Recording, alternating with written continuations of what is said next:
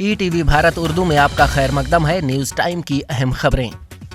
वजीर आजम नरेंद्र मोदी ने video conference के जरिए प्रधानमंत्री कबायली इंसाफ महाअभियान PM जनमन के तहत प्रधानमंत्री ग्रामीण आवास योजना के तहत 1 लाख मुस्तफिदीन की पहली किस्त जारी की। कांग्रेस सदर मल्लिकार्जुन खड़गे ने कबायली स्कीमों को लेकर मोदी हुकूमत को निशाना बनाया है। उन्होंने कहा कि इंतखाबी मौसम में धोखा देने की कोशिश की जा रही है। राहुल गांधी की भारत जोड़ो न्याय यात्रा दूसरे दिन इम्फाल वेस्ट के सेकमाई जिले से शुरू हुई। इस दौरान कांग्रेस लीडरों, कारकुनों और हामियों की बड़ी तादाद राहुल गांधी के साथ मौजूद थी। उर्दू के मारूफ शायर मुनव्वर राना को लखनऊ के ऐशबाग कब्रिस्तान में सुपुर्द खाक कर दिया गया। इतवार की रात लखनऊ के SGPGI अस्पताल में दिल का दौरा पड़ने से इंतकाल हो गया था।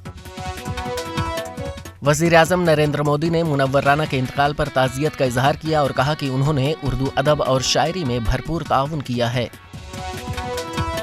बॉलीवुड के मारूफ नगमा निगार जावेद अख्तर ने मुनव्वर राना को खिराज अकीदत पेश किया और उनके जसद खाकी को कंधा भी दिया।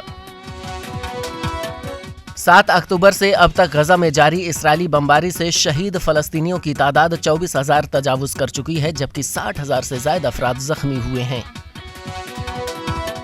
डॉक्टर फारूक अब्दुल्ला ने जनूबी अफ्रीका की तरफ से मजलूम फलस्तीनियों का केस आलिम अदालत में ले जाने का खैर मकदम किया है। उन्होंने कहा कि इसराइल इंसानी हुकूक की बदतरीन पामालियों और बदतरीन जंगी जराइम का मुजरिम है। जम्मू कश्मीर पुलिस सरबराह RR स्वैन ने कहा कि मनशियात के खिलाफ और उसके कारोबार में मुलव्विस मास्टरमाइंड्स के खिलाफ जंग को जीतने के लिए अवाम का ताउन इंतहाई अहम है। जम्मू कश्मीर के पुंछ जिला के जंगली इलाकों में मशकूक अफराद की नकलो हरकत की इत्तला मिलने के बाद सिक्योरिटी फोर्सेस ने बड़े पैमाने पर तलाशी ऑपरेशन शुरू किया है। खबरों के ताज़ा तरीन अपडेट्स के लिए ETVBharat.com लॉगिन करें। शुक्रिया।